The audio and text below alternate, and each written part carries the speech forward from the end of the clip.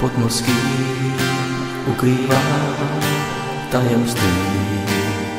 Vládne tam jasný řád. Každý tam přesně ví, co má být a jak žít. Pro nás veliká záhada. Neboj se ponořit, ať poznáš sílu hloubek.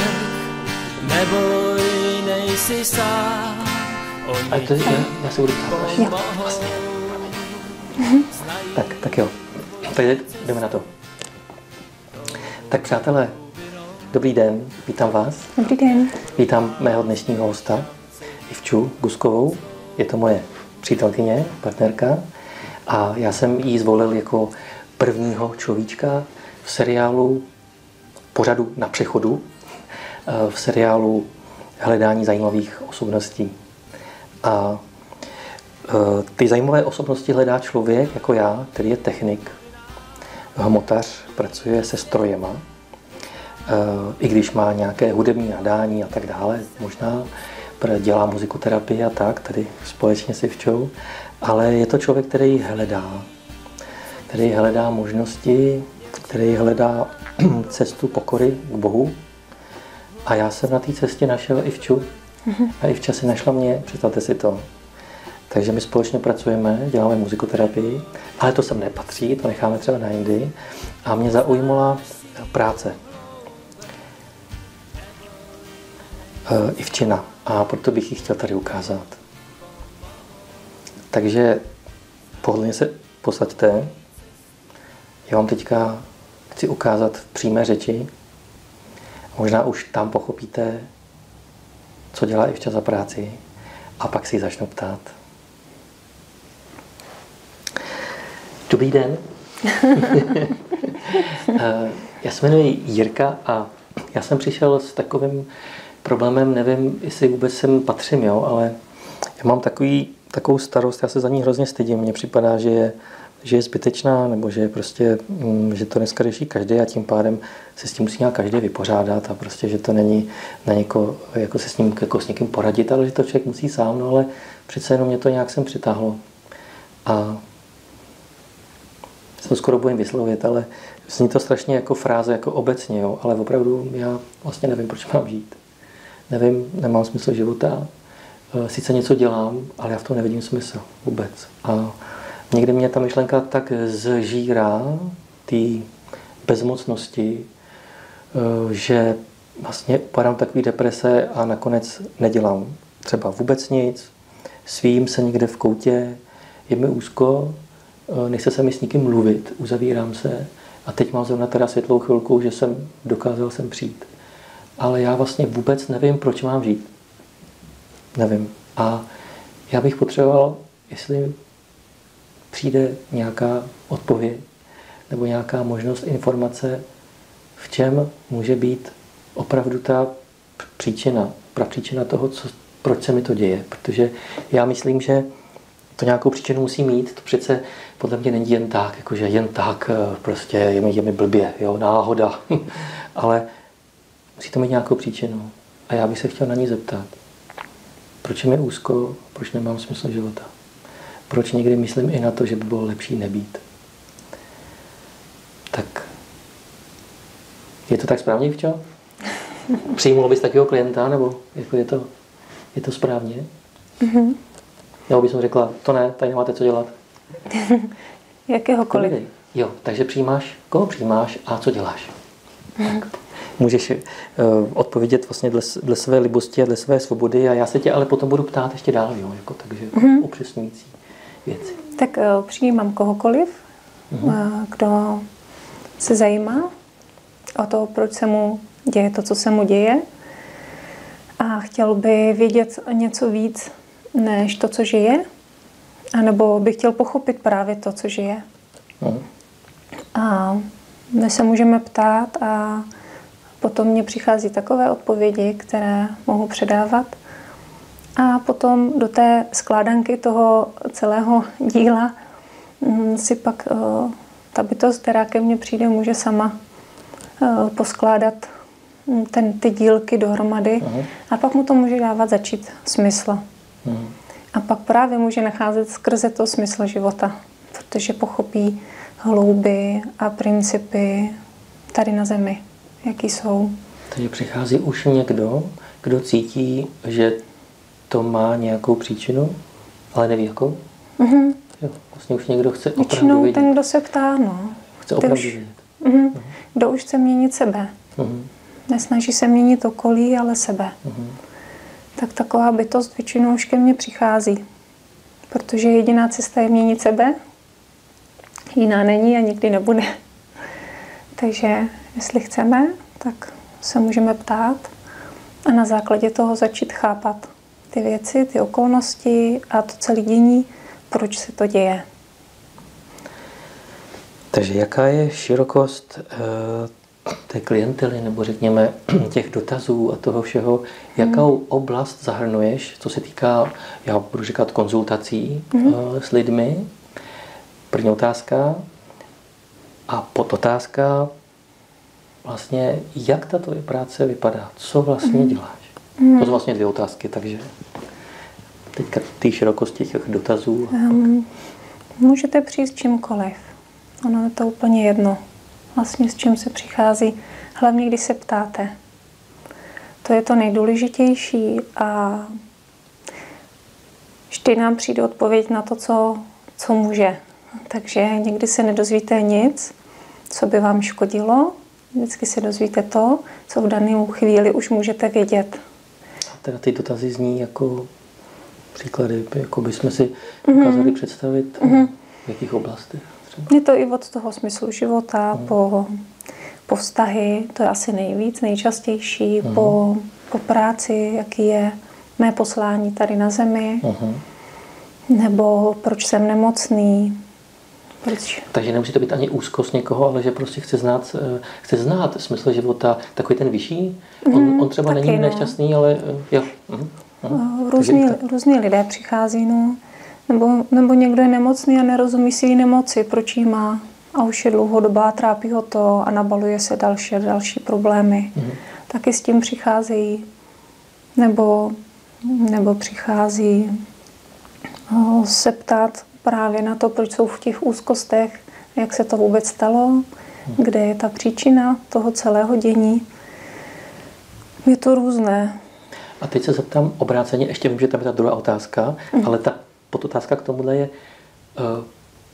je vhodné, nebo je pro tvoji práci vhodné i třeba klient, který přijde s takovou spíš hmotnější otázkou, jako třeba jestli se mu bude dařit finančně v životě, třeba, neříkám úplně nějakou triviálnost, že neví, co si má vzít na sebe a tak dále, ale přicházejí a můžou i přicházet i s tímhle a mohla by se pokusit i o to poradit nebo nechat si poradit na tohle téma, třeba, že se bude dařit dobře finančně, nebo podnikání se bude dařit, takový ty spíš. Taky, jo? Taky, no. Cokoliv. Protože každá bytost vlastně tu svoji vážnost té problematiky cítí různě. Pro někoho může být určitě už komplikace něco, co druhému by se zdálo být snadné a říkal by si, to není komplikace, pro někoho může být. Takže každý přichází na různé úrovni vědomí a každého trápí něco jiného. Ale je to otázka taková ta ano, ne, viď, která třeba není úplně jako, bych řekl, ta odpověď nemusí být tak jakoby jednoznačná, protože ano, ne, tam se někdo už ptá přímo jako na výsledek, že jo? Neptá se na cestu, neptá se na nějaký smysl, ale bude se mi dařit nebo ne, paní Kusková, řekněte mi. Jo, to většinou tam nepřichází ano, ne. Většinou tam je to široká odpověď, která ještě souvisí zase s dalšíma okolnostma, které se tam pak otevřou. Takže vlastně, když by se mě někdo chtěl zeptat, jestli má jít na tuhle střední školu nebo na tuhle, nedozvíte se ano, ne, takhle jasně, ale bude to tam rozšířený. Takže spíš vlastně varianty. A může to podněcovat třeba přemýšlení toho klienta, že jo? To znamená, že ty nasměruješ k tomu přemýšlení, aby se dal na správnou cestu třeba toho přemýšlení, jako že si řekne, jo, to je dobrá myšlenka, já tak budu uvažovat třeba, jo, tak tím směrem. No a tak, aby jsme to nezamluvili, že druhá otázka byla o tom prakticky, co vlastně, jestli jsi dokázala jako popsat v kostce, co vlastně děláš, jaká komunikace a jestli se to dá nějak nazvat přímo, ta profese, jako když píšeš někam do kolonky profese, tak co bys napsala a od toho se můžeš třeba odpíchnout, jak to vypadá? Tak jsem vlastně médium, což je takový zprostředkovatel komunikace mezi, jak to říct, jiným světem, jinou dimenzí, a které není možno vnímat 5 smysly. Ale... Přes podívám ta dimenze, jestli tady není někde tady? Ne, tady není. No. A jsou to určité frekvence, protože vše má určité vibrace, určité frekvence, na které já se vlastně ladím. Jako když se ladí rádio a potřebujeme naladit nějakou stanici, tak já se ladím na takové vyšší frekvence, které mě umožní potom vlastně naladit tu stanici a z té stanice, kde už jsou dané ty informace, tak já jenom takhle přenesu a dám je tomu klientovi. Takže určitá přesná. A to je frekvence, když to řeknu takhle, pro toho konkrétního klienta. To znamená nějaká ta konkrétní věc, kterou potřebuješ, nebo to je univerzální frekvence, na kterou se vždycky naladíš stejný kanál, anebo jakože, možná se ptám jako technik moc, jo, ale je to po každý jiný naladění, jako jiná frekvence, nebo jestli je to... To je z takového určitého bodu nebo místa, kde si vždycky ladím. Jo.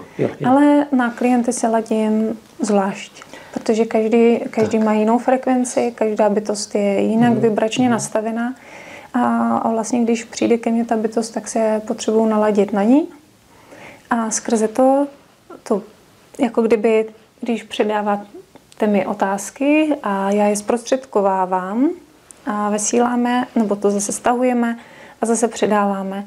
Takže vlastně jsem takový, dá se říct, transformátor pro ty vibrace různý, že se umím naladit na různé vibrace, na různé frekvence. Takový překladiště. No. Aby to bylo vůbec možné se napojit, protože kdybych neměla dobře naladěno, tak to nepůjde. Tak a teďka, jak je to s těma směrama naladění?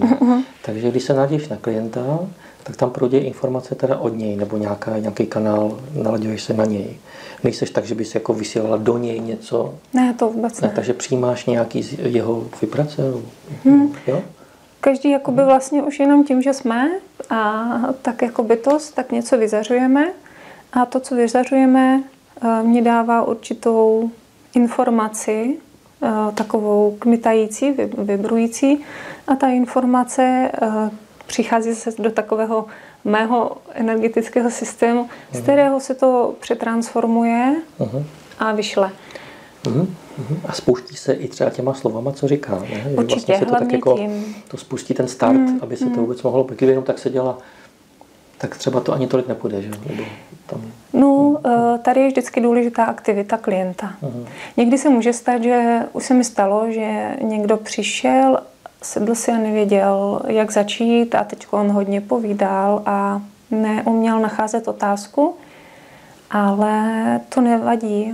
Vždycky se ta otázka najde a většinou právě tím, jak tady usedne ta bytost a začne povídat, tak si vlastně ujasní nakonec tu otázku. Takže máme čas, můžete klidně tady i nad tou otázkou přemýšlet, ale samozřejmě vždycky říkám, že je lepší, už než ke mně jdete, tak si doma popřemýšlet v klidu sami, bez jakéhokoliv vlivu, být opravdu sami a popřemýšlet si uvnitř sebe, si říct, tak na co se skutečně chci zeptat, co mě to trápí. A klidně si to napsat na papír a přijít sem s tím papírkem, tady si sednout a začít si to číst. A já mám takovej sešítek, kde si to přepisuju a pak se na to postupně ptáme. Někdy mě začnou chodit otázky hned, někdy až po chvilce, teda odpovědi.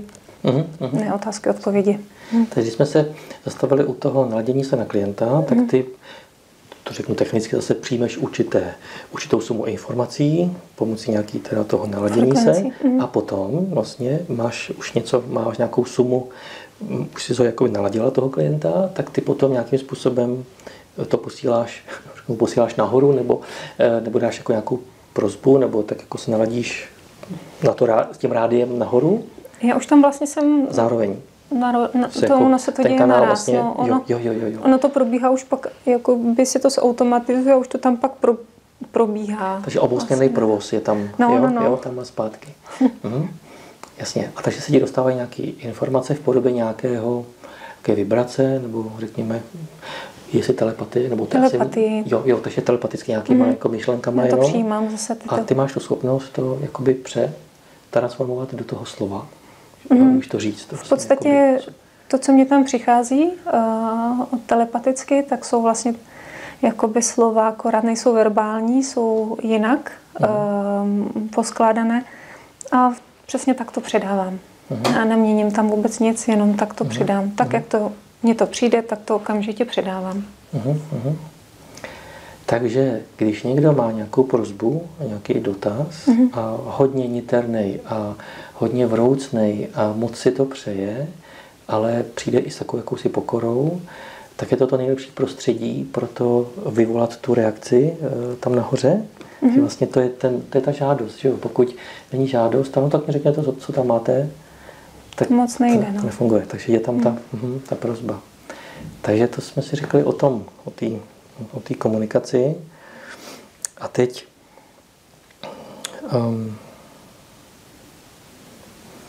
přemýšlím, aby jsme neodbíhali od toho tématu. Ještě mám nějaké otázky další, ale ještě se chci držet toho klienta, protože to je důležitý pro vás, přátelé, protože vy se v tom pak můžete zhlídnout, můžete si říct, tak tohle by mě zajímalo, tohle mě nezajímá a tak dále.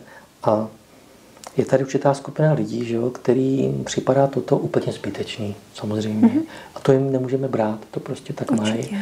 Připadá jim to zbytečný, dělají si svoji práci, jsou třeba dokonce šťastní, spokojení v životě, vychovávají rodinu, děti, všechno je, jak má být. Ale pak jsou lidi, kteří, můžeme říct, víc hledají nějaké další věci, nebo mají zkrátka nějaké problémy a umějí si už přiřadit k tomu, že příčina někde bude. A teď mi řekni, Ivčo, co s těma klientama, co bys doporučil těm klientům, kteří se trápějí, ale nevidí smysl v té nějaké příčině. Nevidí, že by mohla být vůbec nějaká příčina. Prostě trápějí se. Lze takovým lidem pomoct? Jenom cítí, že se trápí, jo? Mají problémy, velký. Ale necítí pocit, že by potřebovali jako pomoc nebo znát příčinu, protože si myslí, že není příčina. Dá se něco takovým lidem zkázat nebo říct nebo pomoci? Jako? No, možná, když uslyší potom tohle video, tak třeba už se začnou ptát, proč se ty věci dějou, protože vždycky to má důvod. Nikdy to není bezdůvodný to dění, které tady máme na Zemi. A proč si to myslíš? Já se teď budu ptát jako trošku skeptik, jo? Proč si myslíš, že všechno není náhoda a má nějaký svůj přesný smysl? Sice ho třeba kolikrát neznáme, ale ty mluvíš tak, že víš, že to tak skutečně je. Tak jak jsi na to vlastně přišla, že opravdu všechno, co tady se děje, má nějaký smysl? Jak to těm lidem říct, neříkáme přesvědčit 2 slovama, jo? Ale jenom tak jako, proč si to myslíš, že to má smysl přesný? To není náhoda. Můžete si všimnout, že když se vám něco děje, tak po nějaké době, když to odezní a podíváte se zpětně, tak si řeknete, to bylo moc dobře, že se to stalo, protože jsem si něco uvědomil. Na tomu se říká vývoj. A vlastně ten vývoj tady je moc důležitý na Zemi. A my si neustále vyvíjíme a když něco dokončíme, říkáme si tak, teď už to vím, už jsem zase o něco chytřejší, tak přijde další věc. A takhle to je neustále dokola, ale už zase na jiný úrovni vědomí se to děje. Už to má trošku zase třeba hloubku a šíři. No a i mně samozřejmě se v životě odehrávalo mnoho událostí, které mě ukazovaly tu hloubku a šířku celého dění. Takže zpětný pohled? I to ten může pomoct? I to může velmi jakoby pomoct. Nebo někdy máme veliký dar, že jenom skrze sen, protože to je taky určitá úroveň, která je skutečná, i když může vypadat, že ne, kde můžeme nadlehčeně prožít to, co bychom jinak žili tady ve hmotě, ale my to prožijeme ve snu a pak se probudíme, buší nám srdce a zažili jsme to a něco jsme si na tom snu uvědomili, něco moc důležitého. A to je takové veliké nadlehčení, za které můžeme hned poděkovat, protože se nám to pak už nemusí stát v té hmotě. A to jsou veliké dary, které když k nám přijdou, tak je opravdu na místě poděkovat. Takže zpětný pohled, jak jsi říkala. A co se týká toho, jak se říká vlastně všechno zlý je pro něco dobrý, tak on to má nějakou svou hloubku asi, ale pořád teda já jako hmotář, dejme tomu, teďka si řeknu, dobře, ano, všechno zlý je pro něco dobrý. To, že se mi stala tahle hrozná věc, tak to mě poučilo, teď už jsem silnější, teď už to dokážu tohletu konkrétní věc pracovat a pomohlo mě to se posunout a tak. To všechno třeba by mohl i člověk, který nevěří na osud a na to, že Bůh nehraje v kostky a tak dále, jako věřit, ale pořád by si myslel, že to mohla být náhoda.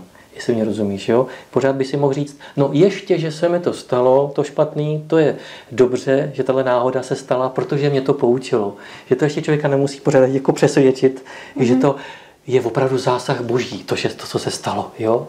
Ale pomůže to člověku se posunout trošičku jako dál. A já bych se chtěl zeptat, jako kam nahoru potom seš napojená, tak co to je ta jiná dimenze, co to je? Znamená to, že už tam je něco napsáno? Že už tam je něco hotovo? Nebo jak to? Tam je ta odpověď. Kde se tam vzala ta odpověď? Přece, když se ptá někdo na budoucnost, tak nebo budoucnost je teď, nebo byla, nebo bude, nebo jak to je s tím časem? Nebo jak to vnímáš ty, to napojení? Vlastně tady sice vnímáme čas a prostor, ale ve skutečnosti čas vlastně není. Ono to je tak, že je vše naráz.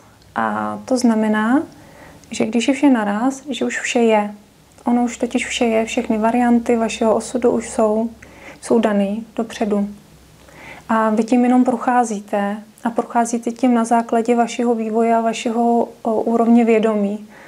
Takže můžeme jít nějakou cestičkou, a tam na něco narazíme osudového, tak to prožijeme a na základě toho, podle toho, jak pochopíme tu situaci, tak buď budeme trošku níž nebo výš zase v tom vnímání a v tom vývoji. A tak postupujeme a kráčíme, ale už to je. Proto, když se napojuju, tak já vlastně se napojuju tam, kde už je to dáno. A vy se ptáte přesně v ten okamžik a už i to, že jste tady za mnou přišli, nebo že tady natáčíme tento rozhovor, ten už je dávno daný. Takže ty otevřeš dveře nějaké knihovny, kde je už všechno napsáno, vybereš správnou knihu a přečteš ji. Je to tak? Já vždycky říkám, otevíráme ty dveře. A my máme vlastně, když byste se ptali, no jo, ale teď já přece můžu o všem rozhodovat.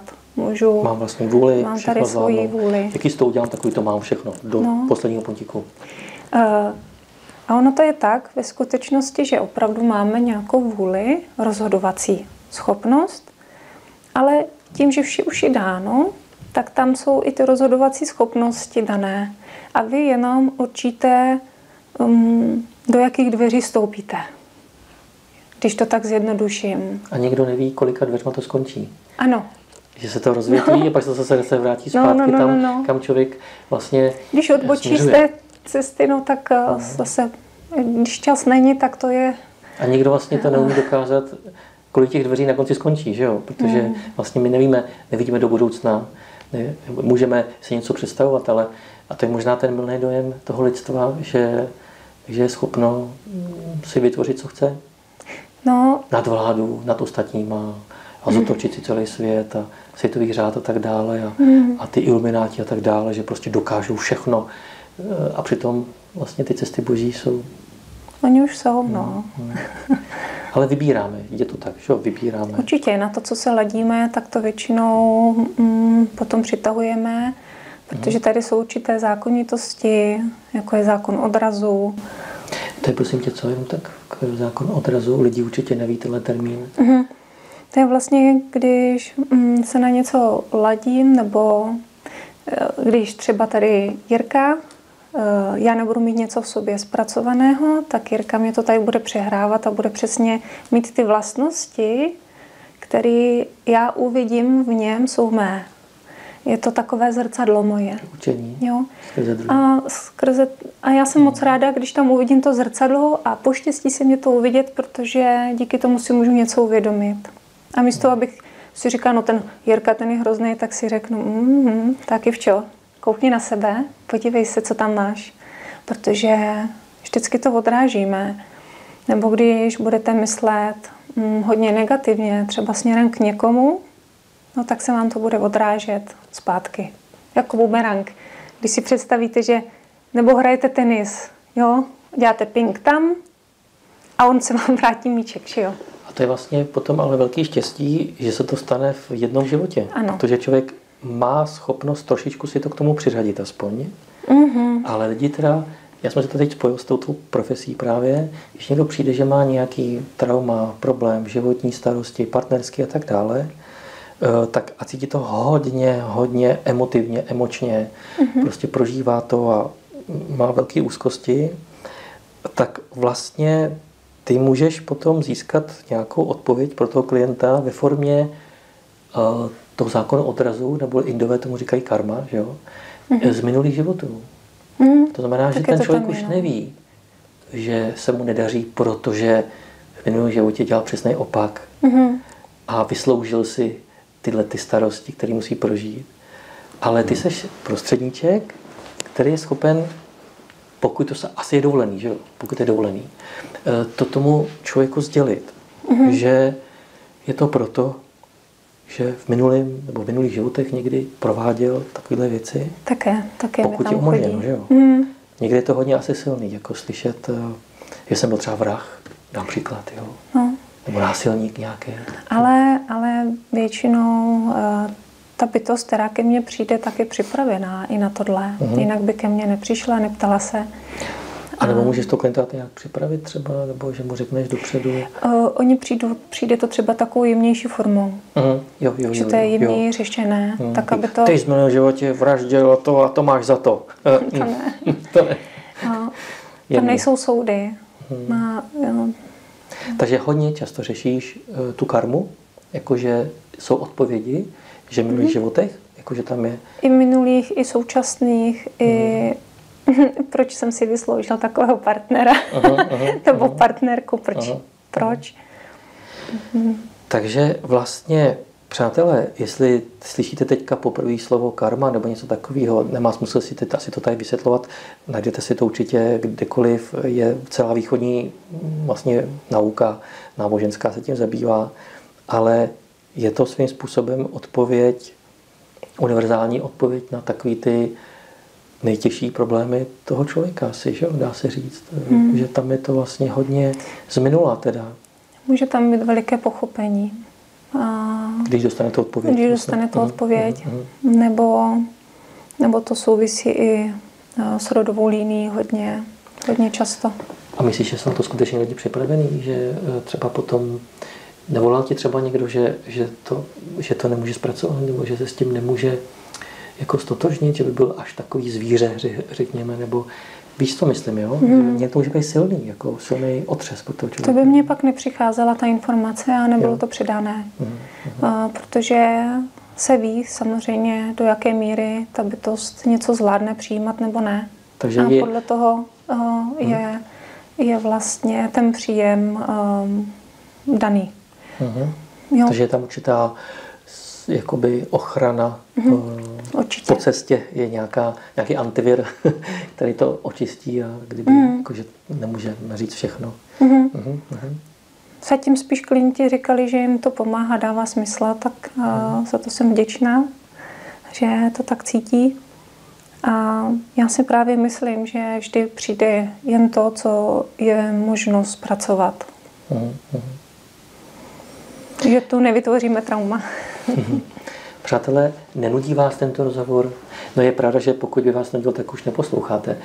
Budete poslouchat jenom vy, který z vás zajímá vlastně, co Ivča dělá za práci A jestli to, co máte vy, to, co vy zrovna prožíváte v životě a umíte se nad tím zamyslet nebo si to vůbec uvědomit, co zažíváte a zda vám to něco přináší nebo ne, i při tom zpětném pohledu, jestli se s tím nějak stotožňujete a jestli byste buď někdy přišli na konzultaci nebo jenom zkrátka o tom přemýšleli. Takže vás tady vítám, vy, kteří se zůstali ještě, protože myslím si, že to nejsou úplně plané řeči, protože co může být v životě asi nejdůležitější, než to, že se chceme posunout. Mm-hmm. Nejenom technicky, jako my, diagnostici, co se týká, jak funguje motor a tak dále. To je krásný, to poznání je nádherný, můžu potvrdit. Ale co jsem se tak jako dočet a s tím tak jako cítím je, že pokud umřeme a odumře náš mozek, kde jsou uloženy informace, které jsme se naučili, tak ty zaniknou. To skončí. Proto někdo může mít depresi z toho, že umře a tím to skončí. Jenomže já mám takový dojem a pocit, že jako něco zůstává dál a že to nejsou ty informace nabiflované z těch knížek, ale že to je spíš to emoční dění a ty zážitky, ty emoční, ty hluboké zážitky. Ne ty, že jedeme na horské dráze a máme z toho krásný zážitek nebo naopak hroznej, ale spíš ty emoční, že? Ty prožitky. A možná, pokud někdo opravdu rozvíjí třeba hudbu, tak v příštím životě bude třeba má talent na nějaký nástroj, protože zůstane ten talent, zůstane jenom ta emoce k tomu nástroji, že se mu to líbí. Tak tím tak možná moc mluvím, ale chtěl jsem jenom k tomu, že se to přenáší, tak nemusíš používat něco, co se stalo, ale aby si diváci představili, já vím, že teď nejsi napojená, ale určitě tak, jako máš představu o nějaké odpovědi, prostě jaká by mohla třeba přijít, třeba v těch minulých životech, jo, dejme tomu. Takže já si můžu představit, že se někdo zeptá, já nevím, přišel jsem o všechno. Přišel jsem o barák, o manželku, o rodinu, o děti, manželka utekla s dětma někam, jsem sám, přišel jsem o peníze, protože manželství, rozvod a tak dále, manželka na tom skončila líp než já, nemám nic, přišel jsem o práci, hledám práci, mám sice úspory nějaký, jsem úplná nula, jsem na dně. Proč se mi tohleto děje, pro Boha? Jo, hledám důvod, příčinu, proč se mi to stalo, proč zrovna já. Tak jaká odpověď vlastně může tak jako technicky přijít? Jako, co tak jako, aby člověk řekl, aha, tak proto. Samozřejmě ne hnedka, tak od zítra budu šťastný. Jo, to ne, ale jako ta odpověď, jo, to, co člověk vlastně opravdu chce vědět, jako, doopravdy. Může to být jak z minulých životů, anebo třeba ta duše je spící bytost, když to tak řeknu, a až tak velká událost, která zasáhne emočně natolik, že se jakoby může probudit. Jo, že ta emoce tak zacmloumá s tím druhým, že najednou začne něco vidět jinak. A díky tomu se může začít zase vyvíjet, protože když stojíme na místě, tak zrovna to není moc výhodná pozice. Takže vlastně se dá, jako odpověď může znít, to, co se vám stalo, má velmi důležitý důvod k tomu, abyste si uvědomil, třeba nelpět tolik na hmotě, nebo já nevím, nějaké takové věci, jo, třeba, ale jako proč zrovna jemu se to stalo, že jo? On teda asi lpěl na hmotě, že jo, proč? Takže něco z minula, jako že tam je nějaký, a teďka modelová situace, jako co třeba, jako že v minulém životě byl člověk, který někoho obral třeba o něco? Mohla, nebo si mohl egoisticky si pro sebe něco nahamtal, nebo tak? Nebo mohl znevažovat rodiny, nebo zneužívat rodiny, nevážit si peněz a tak. Může tam být strašně moc vlastností. Je to tak široký, že... Takže když ten člověk dostane odpověď, když je potom lačnej a dostane odpověď, protože jste v minulém životě kradl a obíral lidi o majetek, byl jste třeba realitní makléř a prostě jste dělal podvody nějaký strašný a získal jste obrovský majetek na úkor druhých, který jste vlastně obral o všechno, tak teď, že si prožívá z druhé strany ten pocit, jaký to je, aby to zažil? Je to musíme tak, to zažít, no.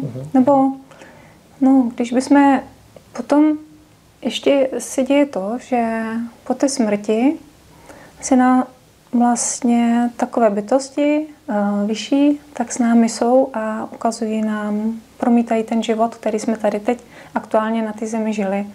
A promítá se to poměrně dlouho, je to hned nějakou část po té smrti, jak se tady říká.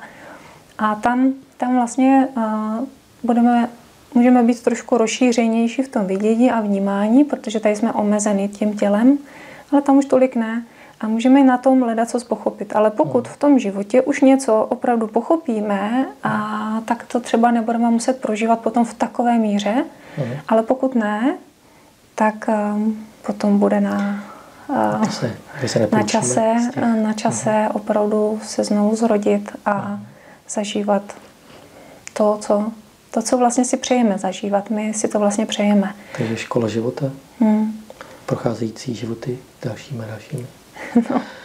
Přátelé, to vlastně nejsou moc dobré zprávy. Nás čekají další životy, kde se budeme učit další a další věci. Ale já bych to vlastně vnímala celkem pozitivně, protože to je vývoj. K té podstatě stejně tam všichni směrujeme. A akorát, že tam někdo dojde dřív, někdo díl, ale stejně se tam setkáme všichni. Někdo se řekne, ale já nechci, já chci umřít a konec, já si chci užít tohoto života. Já teď nemluvím jako, že ty lidi jako napadám, jo, ale já se teď vcítuju do toho člověka, který opravdu si řekne, ale já nechci, já si chci tenhle život hezky užít, jo, prostě vybudovat si něco, jo, zajistit se a pak umřít zajištěnej, jo, ale je to vlastně potom stejně nakonec taková trošku depka, že vlastně člověk umírá zajištěný a dál už nic není. Že ono možná je to jako spíš, jak říkáš ty, dobrá zpráva. Jdeme dál, jo, jdeme do další třídy. A ono většinou člověk, který v nic nevěří, je ateistou, že se říká ateista, tak většinou stejně těsně před smrtí k němu promlouvají určité bytosti a chodí dokonce třeba i rodinné příslušníci, kteří už jsou na té druhé straně. Takže on s nimi začíná komunikovat, je na určitých úrovních, na chvilku je tady. Když je už třeba leží a už je těsně před tou smrtí, tak vnímá už víc z těch světů a vlastně pak se bude odpoutávat od toho těla, takže v tu chvíli stejně tam už uvěří. Tam už najednou zjistí, že je něco, akorát, že se toho může bát, protože v nic nevěřil a najednou se něco děje. A on tomu nerozumí, protože mu to nikdo nevysvětlil, on si to třeba nechtěl ani nechat vysvětlit a teď z toho má strach. Ale i to je prostě součást takže toho vlastně celého. ta tvoje práce, když se k ní vrátím, může vlastně pomoci tomu klientovi z hlediska pochopení toho řádu bytí, taky vlastně, že ho to posune v té myšlence, vývoje a tak, že si uvědomí. Takže když člověk sem přijde v životě nic nečet Moodyho, a to je vědec, který zdokumentoval výpovědi lidí v klinické smrti, kteří vykládali, že že ve vedlejší místnosti tam někdo byl a dělal to a to, pak se potvrdilo, že opravdu to tam někdo dělal, že to nebyly halucinace, tak i když to lidi neznají, tak sem přijdou k tobě, uslyšej toto a skrze ten svůj zájem o to povězte mi, paní Gusková, co se mnou je a dostanou odpověď. A oni ucítí tu sílu, že jako to by mohlo být ono, tak vlastně automaticky uvěřejí vlastně tomu, že se to tak mohlo stát, že opravdu jsou to minulý životy, jo? Že to vlastně, že to posune je vlastně, to je hezké. Já můžu říct jenom takový zážitek, že třeba při autonehodě, tak byla vážná nehoda, kdy se na nás řítilo kamion, který spal za volantem a ještě než do nás měl narazit, tak já jsem vystoupila z těla, nechtěně, to jsem si neplánovala. To jako... ne. Aha. A najednou jsem pozorovala vlastně, jak sedím v autě, dělám mechanické věci a co se tam děje. Zároveň jsem viděla toho pána, co řídí kamion, že spal, že opravdu měl ty oči zavřený, měl mikrospánek. Ale takže jsem v tu chvíli vlastně byla mimo tělo. Takže chci říct, že to, jak jsi říkal, že někdo viděl v jiné místnosti něco, skutečně tak je. Halucinace. Jistě. To by Arthur C. Clarke určitě označil za halucinace, za projekci mozku na sítnici. Ne, ale já jsem tě nechtěl úplně přerušit. Takže tam, ano, ten zážitek. Takže vlastně tam mě třeba přišel i přímý důkaz. Když by někdo chtěl důkaz, tak i to je jedna z variant. Pro nevěřící Tomáše, jak se říká. Ale je pravda, že opravdu člověk, který nechce věřit, tak i když dostane důkaz jakoby na podnose, třeba tu knížku od Moodyho, kde opravdu dokazuje jasně na výpovědi a tak samozřejmě už si hledá ten člověk poslední argument a to je, mohl si to vymyslet. Úplně tu knížku, ty příběhy. Jo? A nebudu se ptát, nepojdu tam do toho města, kde v té nemocnici, nebudu se ptát těch lidí, že jo? Prostě si to vymyslel, ten vědec. Takže i to, že to už pak zůstává na tom člověku asi. Určitě. Jak to je. A to nevadí. Vlastně každý má právo na to myslet si, co potřebuje nebo co chce. Tak se k tomu dostane jiný životy. No. Vůbec se nic neděje. No, mám tady už vlastně poslední sekci a to je o tobě a o tom, kolik si bereš na minutu peněz. Takže jedna otázka zní, jakým ty způsobem zušlechťuješ svoji profesi a sebe sama? Jako tělesně, duševně a profesně, jestli máš nějaké metody, pomůcky, styl života. A druhá otázka bude znít, kolik teda máš za vteřinu. No tak já mám ráda pohyb, takže se hodně hýbu. Jsem takový hybatel, nevydržím dlouho na jednom místě, takže cvičím. Jsem vegetariánka, protože mám ráda všechny bytosti tady na zemi a nepiju alkohol. A sama vidím, co to dělá s energetickým systémem a takže mi to nedává žádný smysl tady pít takovéhle věci. A určitě i já se musím učit, neustále se učím, neustále poznávám. Je to ten vývoj, takže i já mám emoční někdy vypětí a to mě učí, takže i tak to poznávám, ale zároveň se učím i skrze určité práce, techniky, kdy se sklidňuju a pracuji na tom, aby potom ten příjem mohl být co nejčistší. Protože ve chvíli, kdyby mě chodily myšlenky při takovém příjmu, tak by mě nic nemohlo přijít.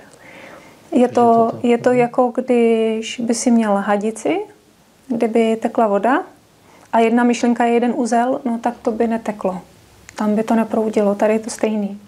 Tady jenom byť jedna moje myšlenka by přicházela v napojení a mě by se to okamžitě přerušilo. Tak to je vlastní. Moje vlastní myšlenka. Kdybys třeba myslela na to, jestli v tom hokeji zítra vyhrajeme nebo ne, tak vlastně to by bránilo tomu. Určitě, no. Takže oproštění se od těch myšlenek. Takže tohle to vlastně trénuješ, nebo tohle je tvým cílem, aby to bylo co nejčistší a nejméně zanesený, nebo i dokonce, aby to nemělo to zbrždění taky těch informací. A učím se vlastně vnímat přítomný okamžik. Takže myslíš, že tam je co ještě se zdokonalovat v té profesi? To bude pořád. No a ještě mi řekni teda, jak se na tom, už jsi v balíku? Už máš ty miliony díky té své práci? No, vlastně je to na dobrovolnosti, takže po konzultaci, až proběhne ta konzultace, tak mi tady lidé nechávají jakoukoliv částku, kterou cítí, že mi tady chtějí nechat. No počkej, jak si to jako představuješ? Jako ty neznáš svou cenu, nebo jak to mám rozumět?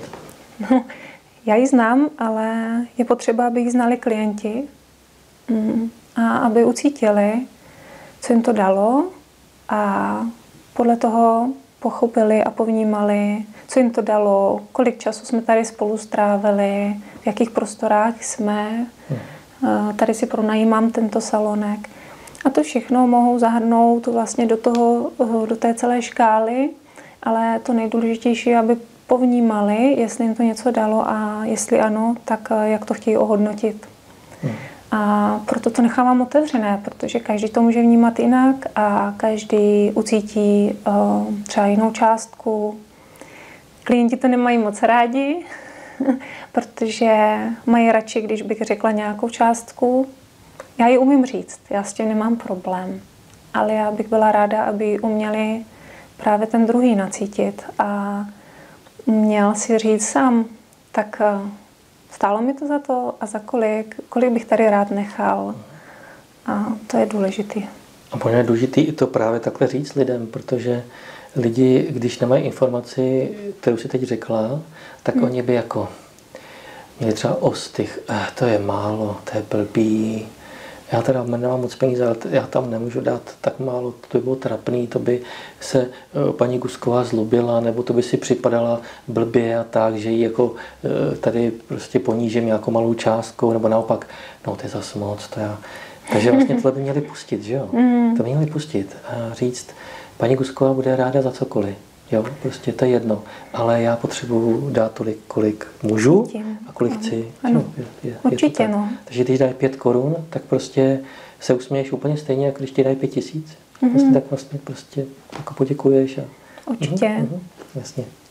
Já tady vnímám zatím takový vyšší záměr ještě za tím celým, protože když necháváme některé věci, tak běžet a nelpíme na nich, tak oni se dorovnávají.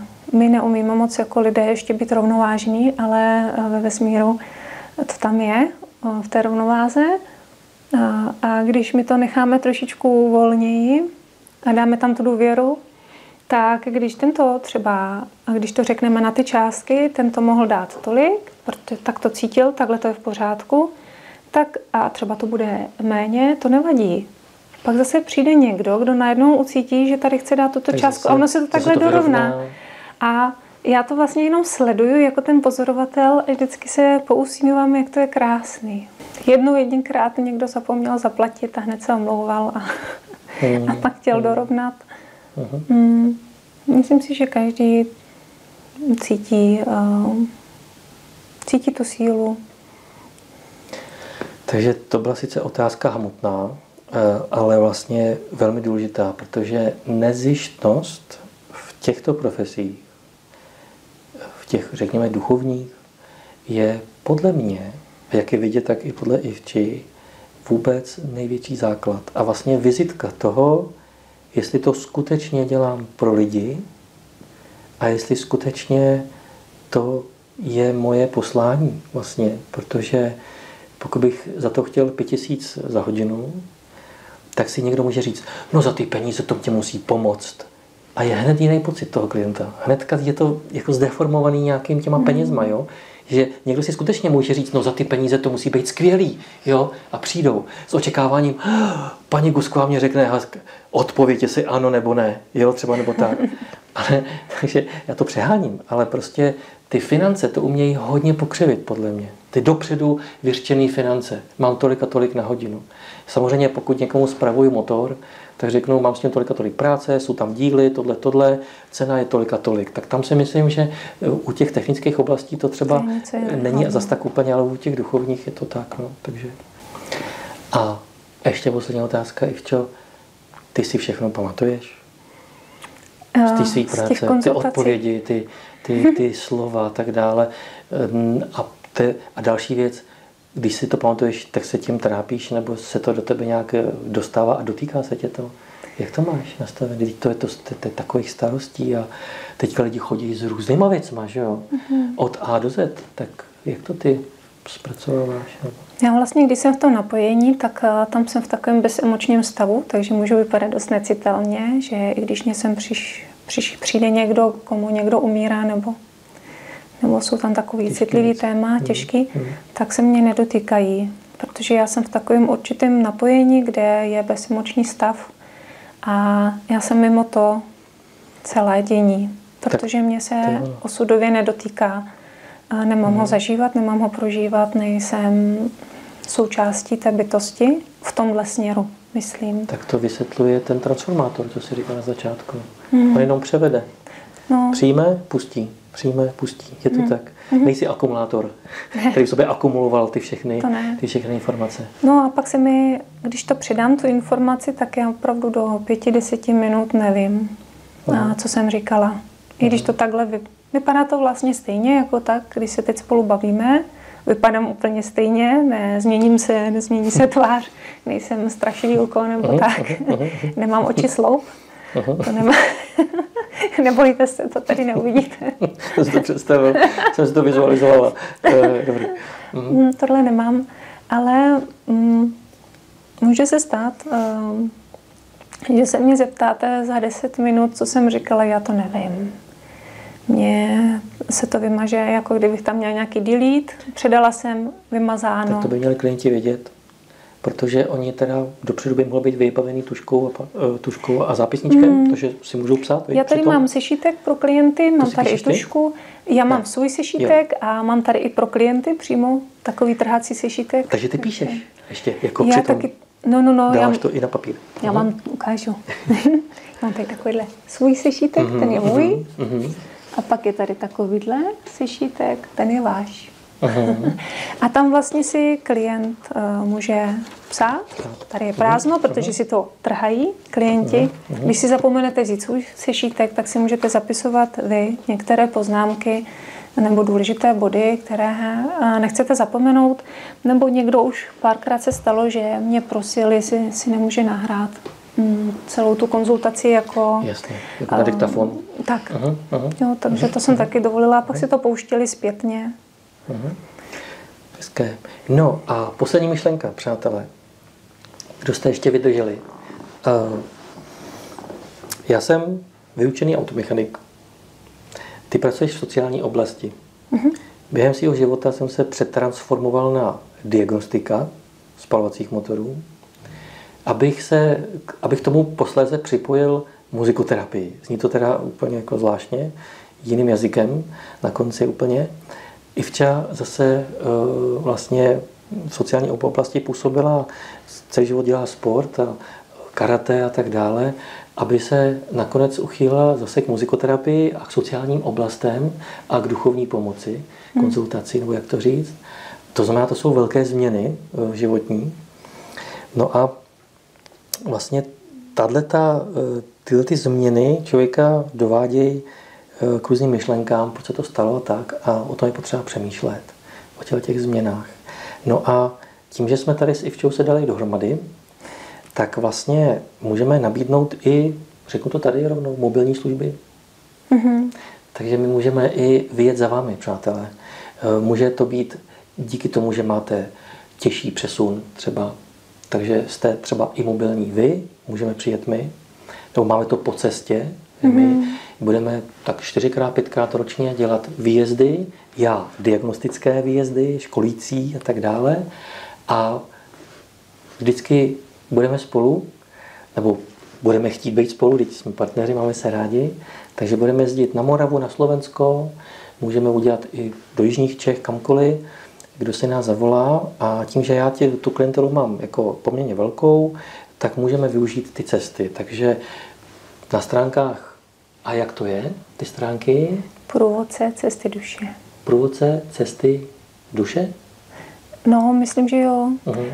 Já se přiznám, že teď přesně Dáme to pod video. Dáme to pod video, protože ty stránky se budou teprve... Průvodce na cestě?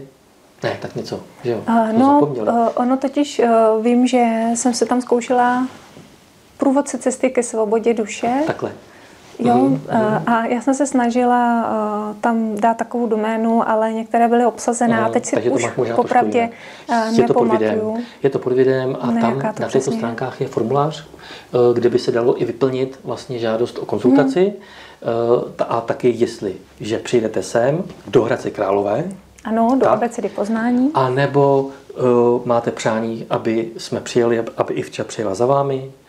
A když uděláme si itinerář prostě logisticky, kde, kam máme přijet, tak se určitě ozveme a přijedeme. Samozřejmě některé věci třeba chvátají, některé ne, ale v každém případě na těch stránkách bude taky formulář, ten se dá vyplnit. Takže možnost, jak tě zkontaktovat, buď přes ty stránky formulář, nebo přes SMS-ku, anebo e-mail. Ta písaná forma je možná taková, jakoby...